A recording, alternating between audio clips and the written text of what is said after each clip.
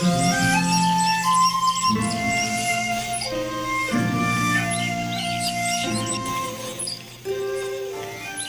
Lord.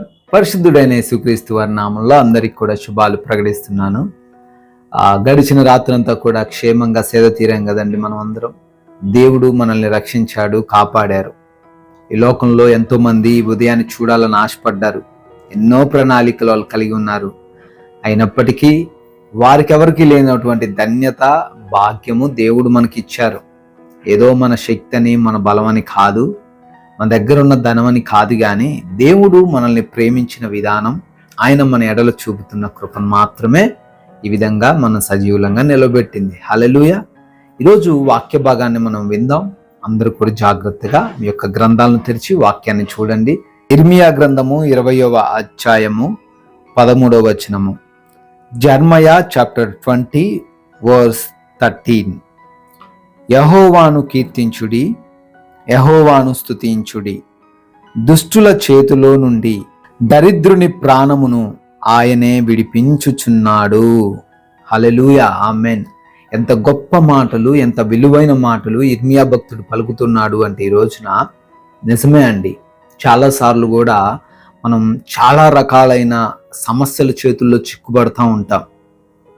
ఎవరు విడిపించలేరేమో ఈ సమస్యలో నుంచి, ఈ అనారోగ్యంలో నుంచి ఎవరు రక్షించలేరేమో, ఈ దుష్టుని చేతుల్లో నుంచి, ఈ పాపం చేసే వారి చేతుల్లో నుంచి ఎవరు నా కుమారుణ్ణి రక్షించలేరేమో, ఈ నిందల నుంచి ఎవరు కూడా నన్ను విడిపించలేరేమో అన్నట్టుగా మన స్థితిగతులు ఒక్కోసారి అలా మారిపోతూ ఉంటాయి.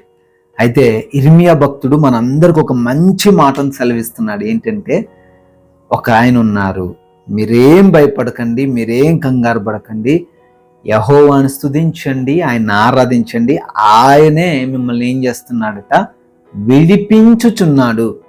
మనం చాలా జాగ్రత్తగా వాక్యాన్ని మనం చూడగలిగితే ఒక్కసారి కాదండి, అది రోజు జరుగుతున్నటువంటి ప్రాసెస్. అది రోజు కూడా దేవుడు ఏం చేస్తున్నాడట, విడిపించుచున్నాడు. కొంతమంది చిన్న సహాయం చేసి, ఒక్కసారి సహాయం చేసి ఏమంటారు, చూసావని ఎంత ఘనకార్యం చేశాను, నీకు ఎంత హెల్ప్ చేశానో అని వాళ్ళు మనం రోజు ఏం చేస్తూ ఉండాలి, పొగుడుతూ ఉండాలి. అవునండి, ఆ రోజున మీరు రాకపోయి ఉంటే నా భర్త చేతుల్లో చిక్కుబడిపోయేదాన్ని, ఆ రోజున మీరు హెల్ప్ చేయకపోయి ఉంటే ఈరోజు నీ స్థితిలో ఉండేవాడిని కాదు అని వాళ్ళని ఏం చేయాలి, నిత్యము స్తుతించాలి. మరే ప్రతిరోజు కూడా జీవాన్ని ఇస్తున్నారు, ప్రతిరోజు కూడా పని చేయడానికి బలాన్ని ఇస్తున్నారు దేవుడు, ప్రతిరోజు కూడా మన కార్యాలు చేసుకోవడానికి జ్ఞానాన్ని ఇస్తున్నారు, పోషిస్తున్నారు కదా. అటువంటి దేవుణ్ణి మనం ఎన్నిసార్లు స్తుతించినా తప్పు లేదు. ఎన్నిసార్లు స్తుతించినా ఆయన్ని మనం ఇంకా తక్కువనే చేసిన వాళ్ళగా అవుతాం. కాబట్టి ప్రియమైన సహోదరి సహోదరులారా, ఈరోజు నీకు సమస్య ఉందేమో. ఎవరి చేతిలో చిక్కుబడ్డావు? అనారోగ్యం చేతిలో చిక్కుబడ్డావా? వ్యాధి బాధల చేతిలో చిక్కుబడి బయటికి రాలేకపోతున్నావు. ఎవరు కూడా ఈ వ్యాధి నుంచి విడుదల పొందుకోలేదని డాక్టర్లు కూడా చెప్తున్నారా? అప్పుల్లో పడిపోయి ఎప్పటి నుంచి అలా బయటికి రావాలో అర్థం కాక దిగులుతో ఉన్నావా? దేవుడు నీకు మంచి వాగ్దానం చేస్తున్నాడు. దేవుడు అంటున్నారు, నిన్ను వాటన్నిటి చేతుల్లోంచి విడిపించుచున్నాను, విడిపిస్తాను. హల్లెలూయా. వాస్తవానికి మనం చూస్తే ఇక్కడ ఇంగ్లీష్లో అయితే నీడి అని రాయబడి ఉంటుంది, లేదా పూర్ అని రాయబడి ఉంటుంది. దరిద్రులు అంటే ఏదో పేదరికంలో ఉన్నవారో, దరిద్రులు అంటే ఏమీ లేనివారో కాదు, కానీ నీడి లేదా పూర్ అంటే మనం ఏదైనా అవసరం నిమిత్తం ఒక వ్యక్తి దగ్గరకో ఒక ప్రాంతానికి వెళ్ళినప్పుడు మనల్ని వాళ్ళు శారీరకంగా వాడుకోవచ్చు, ధనం కలిగిన వారిగా ఉన్నప్పుడు ధనాన్ని బట్టి వారు వాడుకోవచ్చు. రకరకాలుగా మనుషులు మనల్ని వాడుకుంటారు. అటువంటి వారి చేతుల్లో నుంచి దేవుడు మనల్ని విడిపించబోతున్నాడు. వాళ్ళలోంచి బయటికి రాలేక చాలామంది ఈ రోజున ప్రయాస పడతా ఉన్నారు, బ్లాక్మెయిల్ చేయబడుతున్నారు. ఇదిగో నీ జుట్టు నా చేతిలో ఉంది, ఎవడు విడిపిస్తాడో చూస్తా, రమ్మను. ఇదిగో ఈరోజు నువ్వు నా చేతికి చిక్కావు, నిన్నెవడు విడిపించలేడు అంటా ఉంటారు. కానీ విడిపించగలిగిన వారు ఉన్నారండి, రక్షించగలిగిన వారు ఉన్నారండి. అది ఏ సమస్య అయినా, ఏ ఇబ్బంది అయినా, ఎటువంటి ఇరుకైనా దేవుడు మనల్ని విడిపించుచున్నాడు. ఈరోజు నీ వాగ్దానాన్ని నువ్వు రిసీవ్ చేసుకుంటున్నావా? రిసీవ్ చేసుకోగలిగితే గొప్ప కార్యాలు, అద్భుత కార్యాలు చూస్తావు. అందుకే ఇక్కడ ఇర్మియా భక్తుడు ఏమంటున్నాడంటే, అందును బట్టి మీరేం చేయండి, దేవుని స్తుతించండి. ఈ విడుదల ఎలా వస్తుందండి, ఈ రక్షణ ఎలా వస్తుందండి అంటే దేవుని స్తుతించడం ద్వారా, ఆయన్ని మహిమపరచడం ద్వారా వస్తుంది.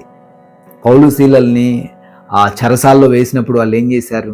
వాగ్వాదం వేసుకోలేదు, మేమేం అన్యాయం చేశామని ఎవరితోని కూడా మాట్లాడలేదు, ఎవరిని కూడా ఎవరి దగ్గరికి వెళ్ళి బ్రతిమలాడలేదండి.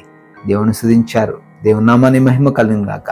అదేవిధంగా యెహోషాపాతు జీవితంలో కూడా చూస్తే రాజులందరూ కూడా కట్టగట్టుకొని యెహోషాపాతు మీదకి యుద్ధానికి వస్తున్నారు. బలం సరిపోట్లే, యెహోషాపాతుకి ధైర్యం సరిపోట్లే, ఏం చేయాలో అర్థం కావట్లే. అప్పుడు దేవుని సన్నిధికి వచ్చి యెహోషాపాతు ఏం చేశాడు? నిందించాడా? అయ్యా ఎందుకయ్యా అట్లా చేసామన్నాడా? కాదు, దేవుని స్తుతించాడు. హల్లెలూయా.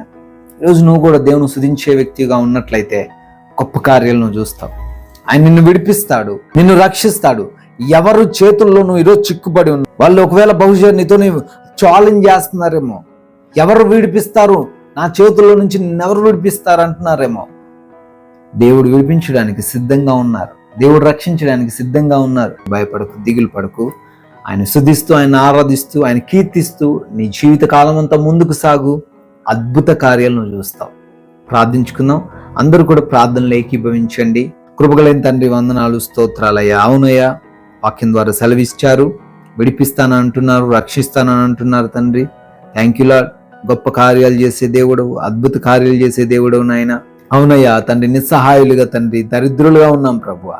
విడిపించండి దుష్టుల చేతుల్లో నుంచి, మమ్మల్ని మోసం చేయాలనుకుంటున్న వారి చేతుల్లో నుంచి, మమ్మల్ని ఇబ్బందులు పెట్టాలి అనుకుంటున్న వారి చేతుల్లో నుంచి అయ్యా ఈ సమయంలో విడిపించమని అడుగుతున్నాం. బిడ్డలకున్న ప్రతి సమస్య నుంచి విడిపించమని అడుగుతున్నాం. విడిపించినందుకు కూడా స్తుతులు చెల్లిస్తున్నాం ప్రభువా. అనారోగ్య సమస్యలతో ఎవరైతే బిడ్డలు తండ్రి దుఃఖిస్తున్నారో, బాధపడుతున్నారో వారందరి కోసం ప్రత్యేకంగా ప్రార్థిస్తుండగా సంపూర్ణ ఆరోగ్యమును వారికి దయచేయండి. ప్రతి ఒక్క అంధకార దురాత్మ శక్తుల నుంచి విడుదల దయచేయండి. ఎవరైతే బిడ్డలు ప్రభువా అయా అప్పుల్లో ఉన్నారో అప్పుల నుంచి విడుదల దయచేయమని కూడా అడుగుతున్నాం తండ్రి. అయా ఆత్మీయంగా మా అందరినీ బలపరచండి తండ్రి. ఈ లోకంలో ఉన్న ఆకర్షణలకు గురవ్వకుండా సహాయము దయచేయండి నాయన.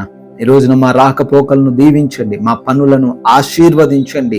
అయా మీ నామానికి మహిమకరంగా ఈ రోజున మేమందరము కూడా జీవించే కృపను దయచేయమని కూడా ప్రార్థిస్తున్నాం తండ్రి.